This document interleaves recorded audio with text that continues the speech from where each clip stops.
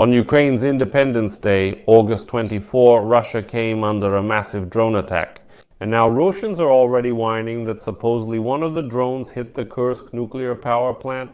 Overall, this threatens nuclear safety.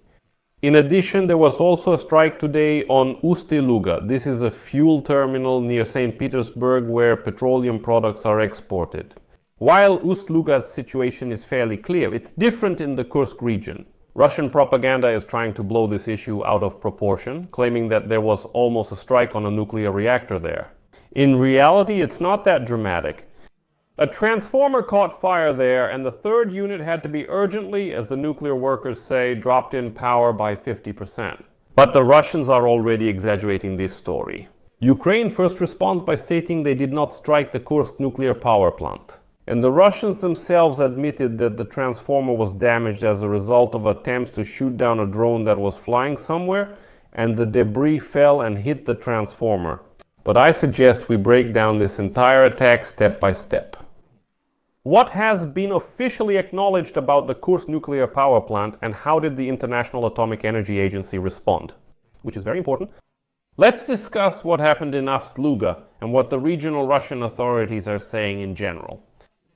How is Kyiv reacting to all this, and how will it affect Russian exports, insurance, and of course Russian nerves and military logistics? My name is Alexei Pechi. Today is August 24th on the calendar. Before we begin, I ask you to subscribe to this channel, give it a like, leave any comment you want, and be sure to subscribe to my Telegram channel, Pechi News. The link is in the description of this video. So let's start with the Kursk nuclear power plant. I'll say right away that it's important not to fall for loud headlines here. It's important to pay attention to the wording. Here's what Reuters actually writes. The Kursk nuclear power plant reported a fire in an auxiliary transformer, after which the power of reactor number 3 was reduced by 50%. At the same time, there is no radiation leak. Well, let me put it in plain language. The inactive part of the reactor was on fire. Let's say the auxiliary equipment was burning, meaning the transformer. But the reactor had to be powered down to stabilize the system. Quote, basically, the power has been reduced by 50%, there is no leak. This is essential for a sober assessment of the situation, not the hysteria Russian propagandists are trying to incite. Now, regarding the International Atomic Energy Agency, the United Nations Nuclear Safety Agency is not jumping ahead and is speaking carefully. They are aware of the reports, but there is no independent confirmation.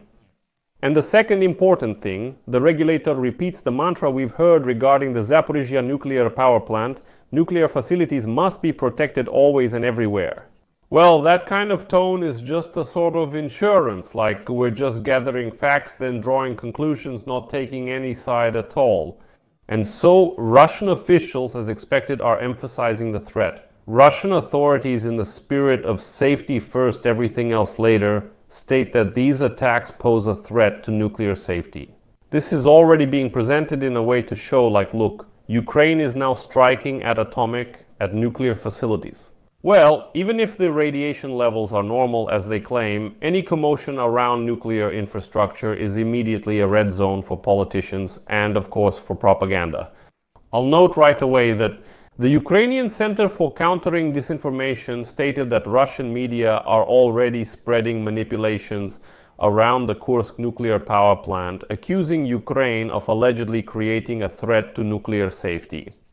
As I mentioned, the International Atomic Energy Agency says there's still no confirmation. And the Center for Countering Disinformation under the National Security and Defense Council of Ukraine notes that such statements by the Russian Federation are a typical propaganda tactic aimed at discrediting Ukraine and justifying its own aggression. Let me remind you that Russia has repeatedly spread similar fake stories before. And in fact, the real threat to nuclear safety is posed by Russia itself, which is currently controlling the Zaporizhzhia nuclear power plant. Let me remind you, I don't need to look far for examples. On August 10, Russian occupiers struck Zaporizhzhia with air bombs. In particular, the Russians damaged the building of the external crisis management of the Zaporizhzhia nuclear power plant. Here's a fact showing how the Russians use air bombs to strike such facilities. At the same time, it's important to note that Russian propagandists themselves write that a combat drone was shot down near the Kursk nuclear power plant. When it fell, the device detonated, resulting in damage to the auxiliary transformer. The third unit was reduced by half. So, the Russians themselves admit that they shot down the drone that was flying somewhere and its debris fell and hit the transformer.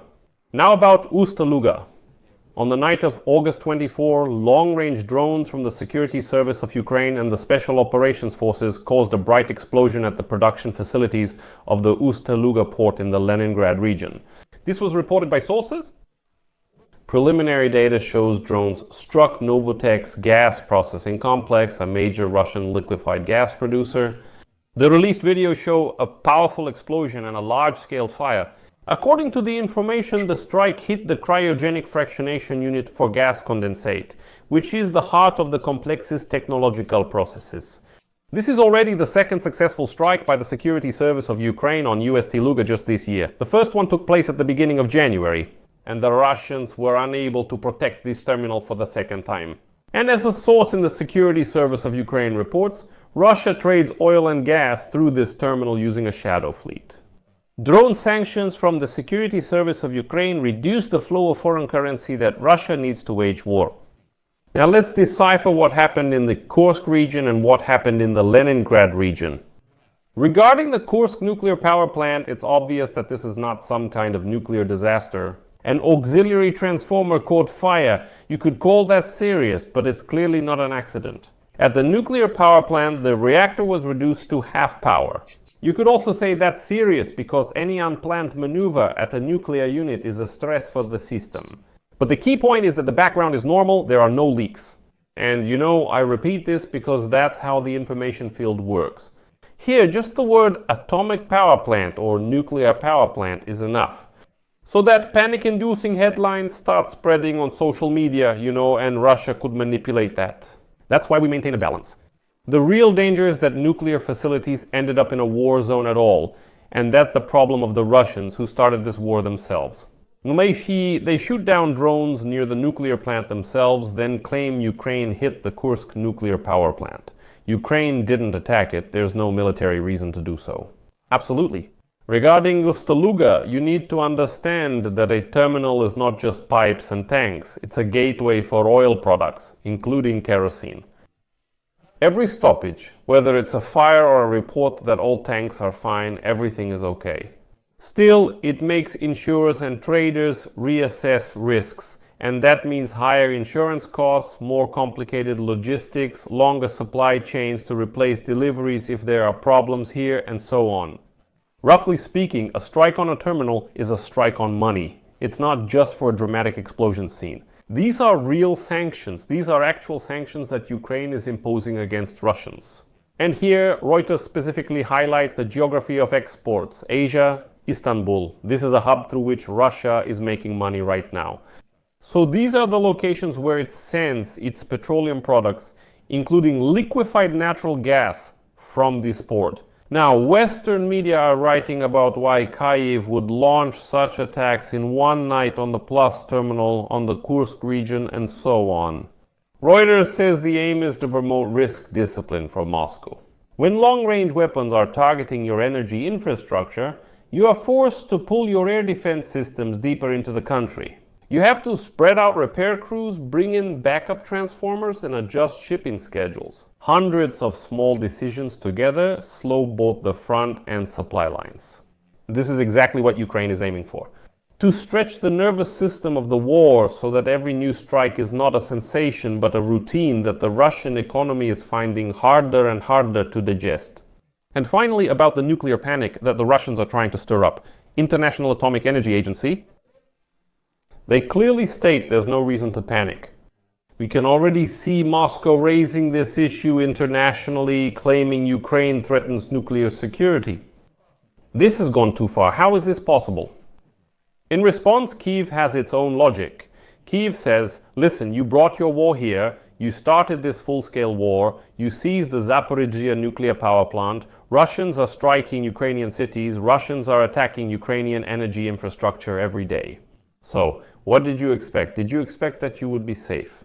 No, drones and missiles will fly at your heads, and now it's your problem that you're shooting down these drones, which then fall on some facilities of the Kursk nuclear power plant. And accordingly, what is very important for us is that the United Nations regulator, the International Atomic Energy Agency, states that there is no independent confirmation of any panic. Let's put the whole picture together. Fact 1. Reactor 3's power at Kursk nuclear plant was cut by 50%. There is no leak. Fact 2. Indeed, there is a major fire at the mouth of the Luga. The tanks are supposedly undamaged, but this is a huge problem for the Russians. Fact 3. Mass drone raids across different Russian regions in one night. The Russians claim that they shot down 95 drones. And the general framework is that Ukraine is consistently bringing the war onto the aggressor's territory in order to systematically pressure Russian energy and exports. This is exactly the war of endurance that Moscow itself started. Moscow dragged out this war to try to see, who can hold out longer. So here you go, we're applying the same logic to Russian territory.